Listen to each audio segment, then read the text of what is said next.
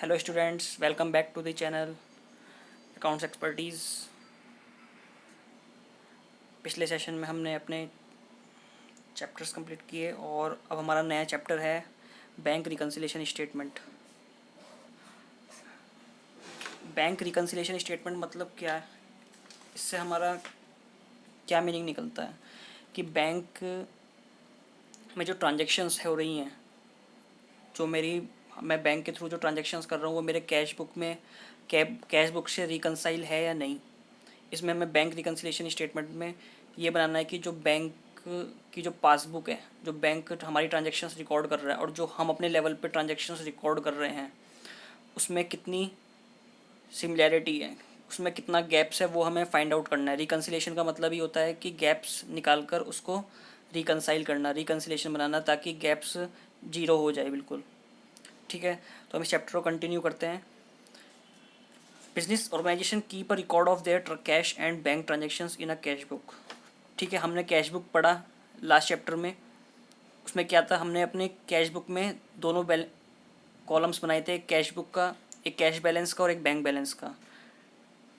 ठीक है, तो हम बैंक ट्रांजेक्शन्स भी रिकॉर्ड करते हैं अपने कैश बुक में, जब डबल कॉलम कैश बुक बनाई थी हमने, और कैश का बैलेंस भी हम मेंटेन करते हैं और बैंक का भी बैलेंस हम मेंटेन करते हैं। The cash book also serve the purpose of both cash account and bank account. Cash book का मतलब ये नहीं है कि केवल कैश बुक में केवल कैश की ही ट्रांजेक्शन्स होती हैं। कैश बुक में हमारी बैंक की ट्रांजेक्शन्स भी हम रिकॉर्ड करते हैं जो हमने डबल कॉलम कैश बुक में रिकॉर्ड किया था। And shows the balance of both at the end of the period. हम कैश बुक में क्या कर लेते हैं, अपने ट्रांजेक्शन्स को रिकॉर्ड कर लेते हैं जो हमारे लेवल पे हमको पता है। ठीक है, अब क्या होती है, एक होती है कैश बुक जो हम खुद बनाते हैं।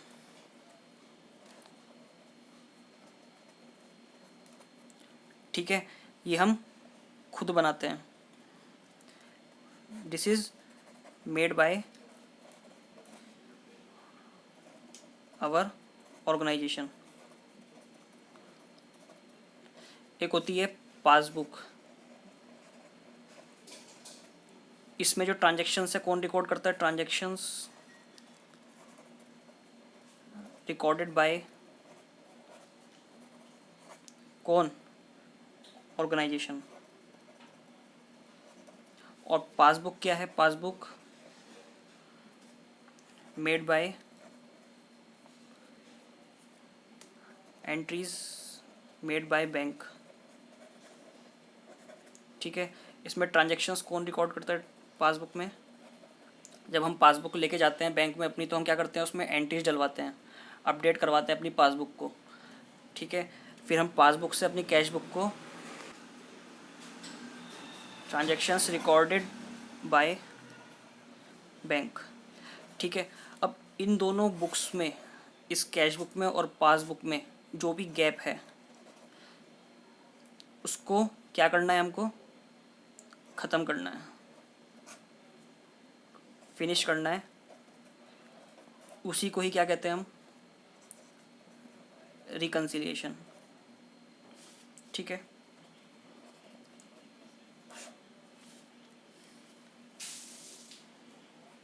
हमारे पासबुक का बैलेंस और हमारी कैश बुक का बैलेंस, जो हमारी पासबुक हम बैंक से ले रहे हैं और जो हम कैश बुक अपने लेवल पे बना रहे हैं, उन दोनों के बैलेंस को, गैप को ख़त्म कर कर दोनों के बैलेंस को सेम लेके आना, उसको ही बैंक रिकन्सिलिएशन स्टेटमेंट कहते हैं।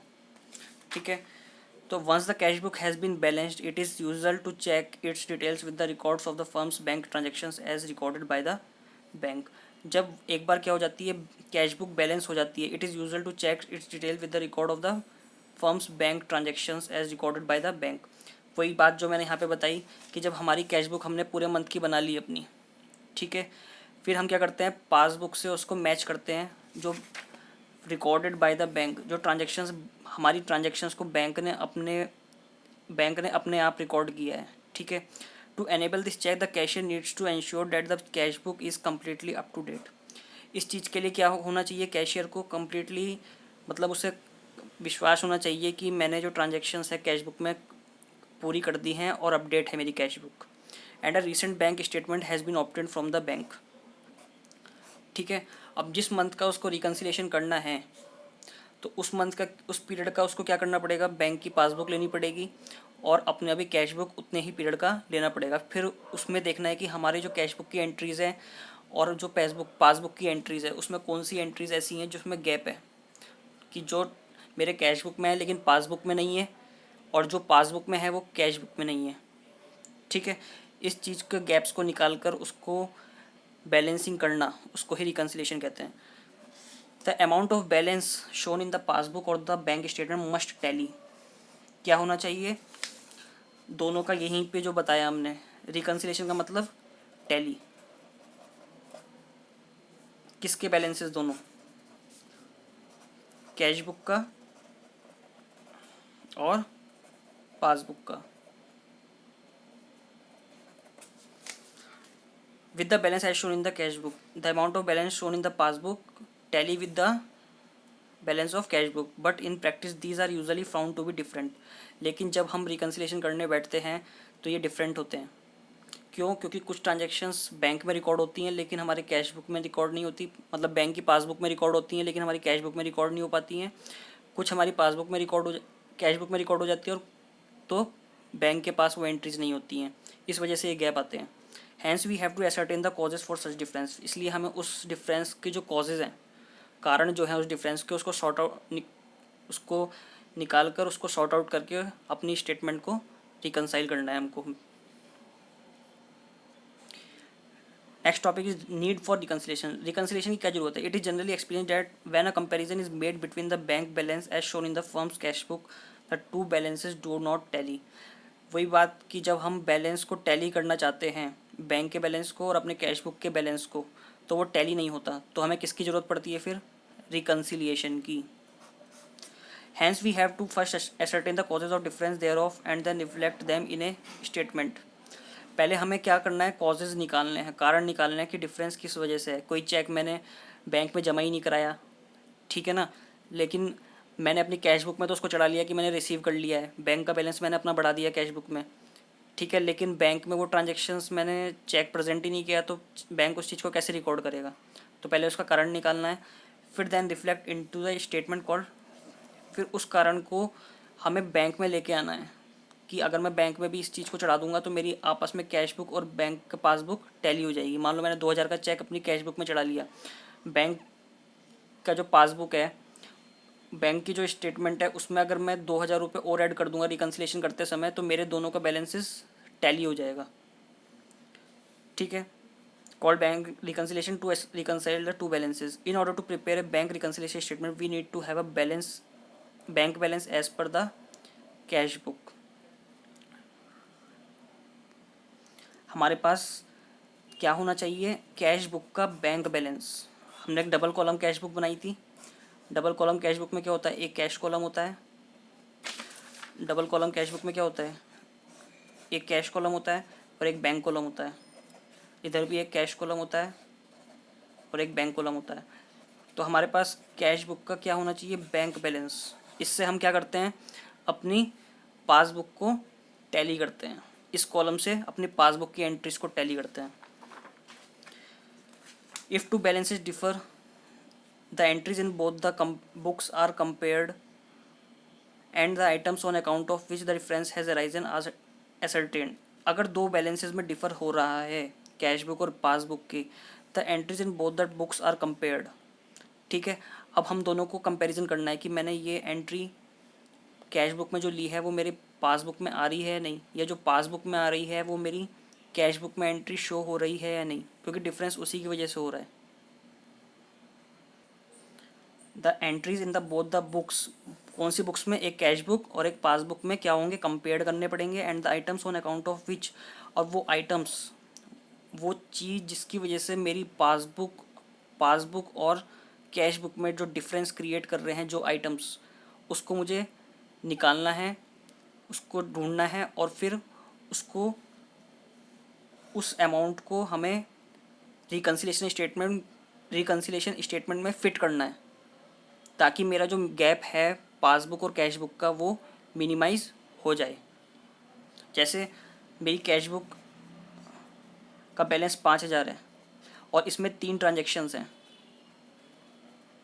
ये मेरी कैश बुक है, इसमें 5,000 रुपये का बैलेंस है और तीन तीन ट्रांजेक्शन्स हैं, जबकि मेरी पासबुक में मैंने देखा केवल 2 ट्रांजेक्शन्स हैं और 3,000 का बैलेंस है।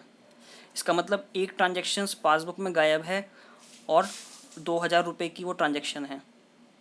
तो मुझे अब वो गैप निकालना है, इस गैप को, कि ताकि ये मेरा लेवल में हो जाए, कैश बुक और पासबुक। इस गैप को मुझे निकालना है, इस गैप को निकालना है।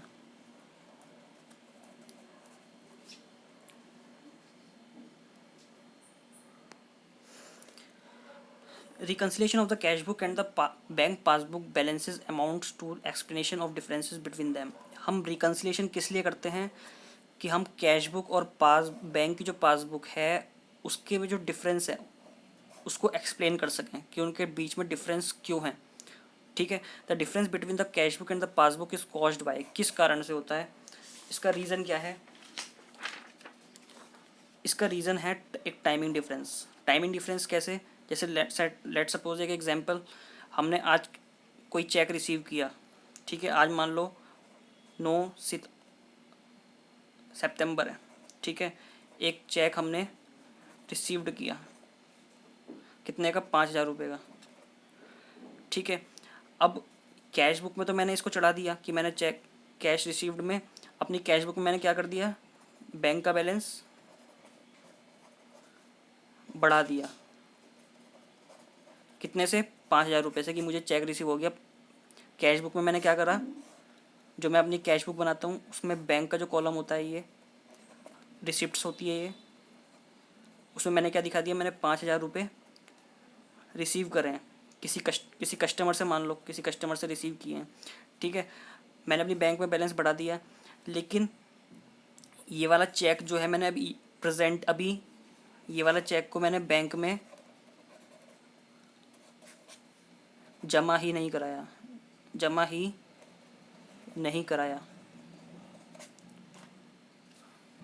ठीक है, अब ये 5,000 का जो चेक है मैंने बैंक में जमा ही नहीं कराया, तो मेरे बैंक का बैलेंस कैसे बढ़ेगा, पासबुक में वो एंट्री कैसे आएगी। ठीक है, तो क्या होगा, वो चेक तो मेरे पास ही रहा, मैंने अपने बैंक का बैलेंस, अपनी कैश बुक का बैलेंस तो बढ़ा लिया बैंक का, लेकिन बैंक की जो पासबुक है वो क्या रही, 5,000 रुपये से, कैश बुक क्या होगी, 5,000 रुपये से बढ़ गई, और बैंक की जो पासबुक है वो 5,000 रुपये से अभी कमी शो हो रही है।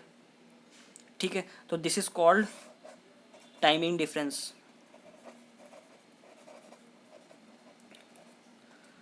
या एक कंडीशन और हो सकती है कि मैंने बैंक में जमा करा दिया है, मतलब मेरे पास 5,000 का मैंने बैलेंस बढ़ा दिया है, बैंक में जमा भी करा दिया है, लेकिन चेक क्लियर होने में कितने दिन लगते हैं, 3 डेज़।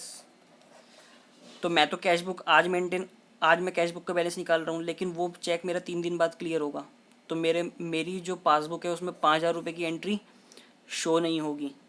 तो इसलिए मेरा बैंक पासबुक का बैलेंस क्या होगा, मेरे कैश बुक और पासबुक में क्या होगा, कैश बुक का बैलेंस बढ़ा रहेगा, पासबुक का बैलेंस 5,000 रुपये से कम रहेगा। तो इन दोनों को बैलेंस करने के लिए मुझे अपनी रिकन्सिलेशन में 5,000 रुपये के बैलेंस को एडजस्ट करना होगा कि मेरे 5,000 रुपये का चेक में 3 दिन बाद क्लियर हो जाएगा, तो आज मैं उसको अपनी रिकन्सिलेशन में एडजस्ट कर लेता हूँ, उसको ऐड कर देता हूँ अपनी रिकन्सिलेशन में। टाइमिंग डिफरेंस, दूसरा एरर्स, एक था टाइमिंग डिफरेंस की वजह से रिकन्सिलेशन करते हैं, और दूसरा एरर्स मेड बाय बिजनेस ने कोई गलती कर दी या बैंक ने कोई गलती कर दी। ठीक है ना, तो इसको हम आगे पढ़ेंगे। Timing differences, when A business compare the balance of its cash book with the balance of shown by the bank passbook, cash book का बैलेंस जब बैंक की पासबुक से करते हैं हम, there is often a difference which is caused by the time gap in recording the transactions relating either to the payment or receipts. The factor affecting time gap includes, अब देखो हमने ये तो पढ़ लिया है कि हमने टाइमिंग डिफरेंस किस वजह से होता है। कैश बुक में तो बैलेंस हमने बढ़ा दिया, लेकिन पासबुक में हमारा बैलेंस कम ही रह गया, क्योंकि या तो हमने जमा ही नहीं कराया, या जमा कराया तो क्लियर बहुत दिन बाद हुआ, जाके 3 दिन का टाइम लग गया क्लियर होने में, जबकि हम आज कैश रिकन्सिलेशन कब बना रहे हैं, आज बना रहे हैं। तो उस चीज़ को हमें अपने रिकन्सिलेशन में एडजस्ट करना है। तो cheque issued by bank but not presented for payment, अब टाइमिंग डिफरेंसेस की जो रीज़न है, कारण है कि हम जो हमारी रिकन्सिलेशन में हमारे बैलेंसेस में गैप आ रहा है वो किस वजह से आ रहा है, क्या फैक्टर्स हैं। ये फैक्टर्स हुए हैं, cheque issued by bank, bank ने चेक तो इशू कर दिया but not yet presented for payment. When cheques are issued by the firm to the suppliers, मान लो मेरा कोई सप्लायर है, मैंने रोहन से गुड्स परचेज किया, रोहन से गुड्स परचेज किया of ₹5,000 and payment made by check.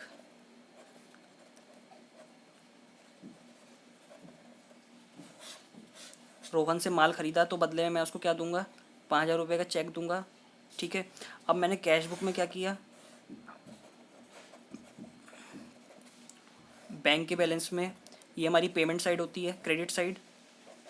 Bank के बैलेंस में मैंने क्या दिखा दिया, बाय रोहन को मैंने पेमेंट करी 5,000 की। ठीक है, 5,000 के मैंने तो अपने बैंक में से क्या कर दिया, माइनस कर दिया। बैंक का बैलेंस मेरा ये होता है डेबिट, मान लो 10,000 है मेरे बैंक में बैलेंस पड़ा है, 5,000 मैंने उसमें से पे कर दिए। ठीक है, तो 5,000 मैंने अपनी बुक में से तो ख़त्म कर दिए, कैश बुक में से, लेकिन रोहन ने ये चेक अभी अपने बैंक में जमा नहीं कराया। चेक, रोहन ने चेक अभी अपने बैंक में जमा नहीं कराया। अब देखो, मैंने यहाँ तो 5,000 घटा दिए अपने, लेकिन मेरे बैंक का बैलेंस तो घटा ही नहीं ना, मेरी कैश बुक का बैलेंस तो घट गया, लेकिन मेरे खाते में से पैसे किसके कटेंगे, मेरे पैसे कटेंगे, तभी तो उसके पैसे खाते में ऐड होंगे, रोहन के। तो बैंक में जब चेक ही डिपॉजिट नहीं होगा, बैंक किसके बिहाफ पे हमारे चेक में पैसे काटता है। मान लो हमारी फर्म का नाम है, हम कैश बुक बना रहे हैं ऑफ राम ट्रेडर्स। ठीक है, राम ट्रेडर्स का बैंक में खाता है, मान लो SBI में। ठीक है, तो मैंने SBI का 5,000 का चेक काट कर किसको दिया, रोहन को। ठीक है, अब रोहन 5,000 का चेक कहाँ कहाँ दिखाएगा उसको, अपने बैंक में जमा कराएगा। ठीक है, लेकिन उसने अपने बैंक में भी जमा कराया ही नहीं है। तो मेरे SBI का बैलेंस जो मान लो 5,00,000 पड़ा था बैंक में मेरे, इसमें से क्या होने थे, 5,000 माइनस होने थे, क्योंकि खाते में से पैसे किसके कटेंगे, राम ट्रेडर्स ने माल खरीदा रोहन से, रोहन ने 5,000 का चेक हमने रोहन को दिया, लेकिन रोहन ने अभी अपने बैंक में जमा नहीं कराया, तो 5,000 अभी हमारे बैंक से नहीं कटे और ना रोहन के बैंक में जुड़े, क्योंकि उसने चेक ही जमा नहीं कराया, क्योंकि चेक से ही तो SBI बैंक जो है राम ट्रेडर्स का वो पैसे काटेगा। ठीक है, तो 5,000 तो कटे ही नहीं, तो बैंक पासबुक का बैलेंस क्या रहा हमारा, 5,00,000 का 5,00,000 रहा, और कैश बुक का बैलेंस हमारा 5,000 से घट गया। तो क्या हुआ, अब देखो हम कंपेयर करते हैं इस चीज़ को। हमारा SBI बैंक था, मेरे बैंक में 5,00,000 पड़े थे। ठीक है, मैंने रोहन को कितने का चेक दे दिया, 5,000 का चेक दे दिया। अभी 5,000 क्या होने थे, मैंने अपने बैंक का चेक रोहन को दिया, तो मेरे बैंक में से क्या होने चाहिए थे, ये कटने चाहिए थे। ठीक है, तो मेरा बैलेंस कितना बचता, 4,50,000। लेकिन 5,00,000 का जो चेक है, रोहन का बैंक क्या करता है, रोहन का जो बैंक है, मान लो मेरा तो SBI बैंक है, रोहन का पंजाब बैंक है। पंजाब बैंक क्या करता है, चेक को क्लियरिंग के लिए कहाँ भेजता है, SBI के पास। ठीक है, तो जब पंजाब बैंक में जमा नहीं हुआ 5,000 का चेक, और पंजाब बैंक के पास जमा ही नहीं हुआ, तो वो SBI के पास क्या भेजेगा। ठीक है, तो SBI के पास जब पेमेंट का वो ही नहीं आया कि आपको पेमेंट करनी है रोहन के लिए, SBI को पेमेंट करनी थी रोहन को, तो रोहन के लिए पंजाब बैंक से रिक्वेस्ट ही नहीं आई SBI के पास कि आपको पेमेंट करनी है 5,000 की, क्योंकि रोहन ने 5,000 का चेक पंजाब बैंक में जमा ही नहीं करवाया। तो हमारा बैंक का बैलेंस क्या हो गया, वही 5,00,000 का 5,00,000 ही खड़ा रहा। ठीक है, कैश बुक में से हमने 5,000 रुपये डिडक्ट कर दिए अपने, लेकिन बैंक में हमारा जो का तू बैलेंस, तो हमारा बैंक का बैलेंस क्या हुआ, बड़ा हुआ ही रहा ना, चेक प्रेजेंट ही नहीं हुआ बैंक में। तो cheque issued by the bank but not yet presented for payment. When cheques are issued by the firm, जब कोई फर्म अपने सप्लायर्स को या क्रेडिटर्स को इशू करती है कोई cheque, they are immediately entered on the credit side of the cash book, हम उसको क्रेडिट साइड एंटर कर लेते हैं, पेमेंट की side. However the receiving party may not present the cheque to the bank for payment immediately. Rohan ने, यहाँ हमने किसका लिया था, receiving party Rohan, Rohan may not present the cheque to the bank for payment immediately, उसने 10 दिन अपने पास ही रखा चेक, तो जब अपने बैंक में ही जमा नहीं कराया तो उसके बैंक से हमारे बैंक के पास रिक्वेस्ट कैसे आएगी कि पैसे पेमेंट कीजिए। The bank will debit the firm's account only van, bank कब करता है फर्म का अकाउंट डेबिट, जब उसके पास क्या आ जाता है चेक। रोहन ने अगर चेक जमा करा दिया होता तो हमारे राम ट्रेडर्स के पास क्या आ जाती, रिक्वेस्ट आ जाती कि आपको ये पैसा डेबिट करना है, बैंक का बैलेंस क्या होता हमारा, डेबिट होता, ठीक है। लेकिन चेक ही हमने रिसीव नहीं किया तो अकाउंट से डेबिट कैसे होगा।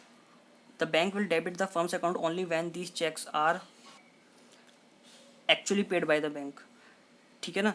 बैंक कब करता है, जब वो चेक्स एक्चुअली पेड होते हैं बैंक में, hence there is time lag. अब टाइम लैग हो गया, हमने अपने कैश बुक में तो बैलेंस घटा दिया, लेकिन पासबुक में तो हमारा बैलेंस वो एंट्री आई नहीं है घटने की, ठीक है। तो between the issue of cheque book, time lag between the issue of cheque book के इशू करने में, its presentation to the bank which may cause difference between the two balances. बस उसी को ही रिकन्सिलेशन करना है कि हमने अपने कैश बुक का बैलेंस घटा दिया है, तो कैश बुक का बैलेंस को अब हमें क्या करना पड़ेगा, बढ़ाना पड़ेगा फिर से 5,000 रुपये से, क्योंकि वो अभी चेक हमारा हमारे बैंक में डेबिट, हमारे बैंक से वो चेक डिडक्ट नहीं हुआ है, ठीक है। तो हमारा जब हम कैश बुक में अपने बैलेंस को जो हमने घटाया था फिर से उसको ऐड कर देंगे तो हमारा ऑटोमेटिकली बैलेंस पासबुक से मैच कर जाएगा। सेकंड आता है checks paid into bank but not yet collected.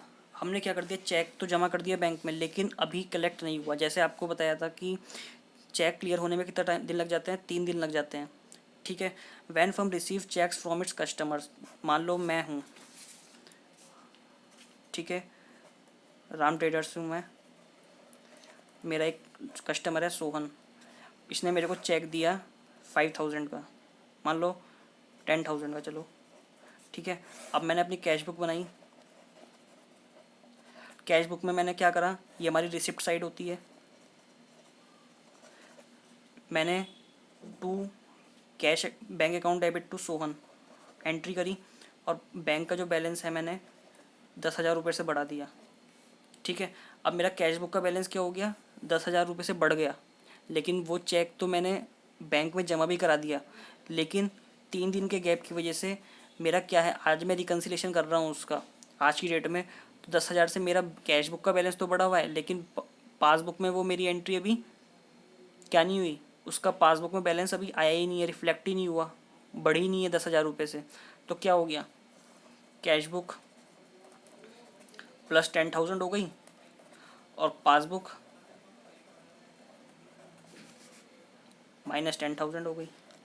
काज पास ये 10,000 से बढ़ चुका कैश बुक का बैलेंस, पासबुक में 10,000 का बैलेंस आया ही नहीं है, ठीक है। इसे एक तरह से क्या कहो, जीरो बैलेंस। यहाँ कैश बुक में क्या हो गया, 10,000 रुपये से बढ़ गया बैलेंस और पासबुक में जीरो बैलेंस, तो इसको ही हमें रिकनसाइल करना है। तो when firm receive cheque from its customer they are immediately recorded in the debit side of the cash book, हमने यहाँ डेबिट साइड में उसको रिकॉर्ड कर लिया। This increases the bank balance as per the cash book, हमने ये क्या हुआ, this increases the bank balance as per the cash book, हमने जो कैश बुक का जो हमने बैंक बैलेंस मेंटेन करते हैं उसका बैलेंस क्या हो गया, बढ़ गया।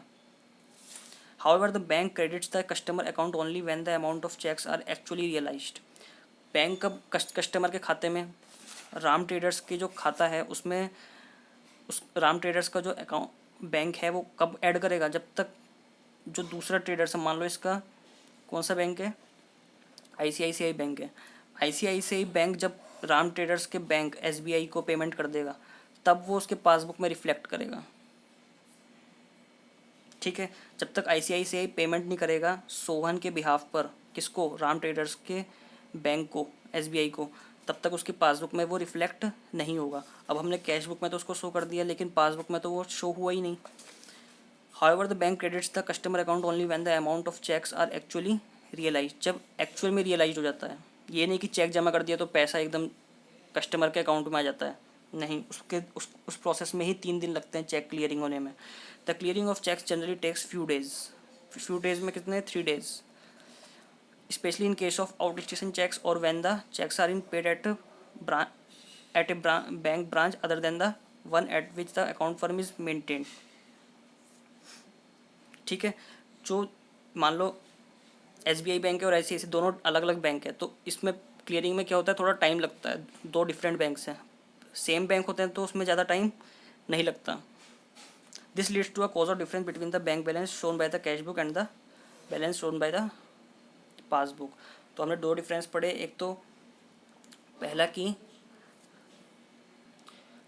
कि हमने चेक इशू कर दिया, लेकिन हमारे जो सप्लायर है उसने हमारे बैंक में वो चेक अब तक क्लियर प्रेजेंट ही नहीं किया, जिसकी वजह से हमारी कैश बुक का बैलेंस बढ़ा रहा और हमारी पासबुक का बैलेंस, कैश बुक का बैलेंस क्या हो गया, घट गया, लेकिन पासबुक का बैलेंस कम नहीं हुआ, क्योंकि हमारे क्रेडिटर ने इशू चेक को जमा नहीं करवाया अपने बैंक में और हम उसके बैंक ने फिर हमारे बैंक से पेमेंट नहीं मांगी। दूसरे केस में क्या था कि चेक तो हमने क्या कर दिया, बैंक में प्रेजेंट कर दिया, लेकिन उसके क्लियरिंग होने में कुछ समय लगता है। मान लो हम आज कैश बुक मेंटेन अपना रिकन्सिलेशन बना रहे हैं, तो कैश बुक का बैलेंस हमने अपना तो बढ़ा दिया, बैंक का बैलेंस कैश बुक में जो होता है, ठीक है, लेकिन वो चेक प्रेजेंट होने में बैंक में और उसको क्लियर होने में टाइम लगता है, जिसकी वजह से हमारे कैश बुक और पासबुक में डिफरेंस आ जाता है। ठीक है स्टूडेंट्स, आज के लिए इतना ही, मिलते हैं नेक्स्ट सेशन में और इसे आगे कंटिन्यू करेंगे हम। तब तक के लिए बाय, टेक केयर।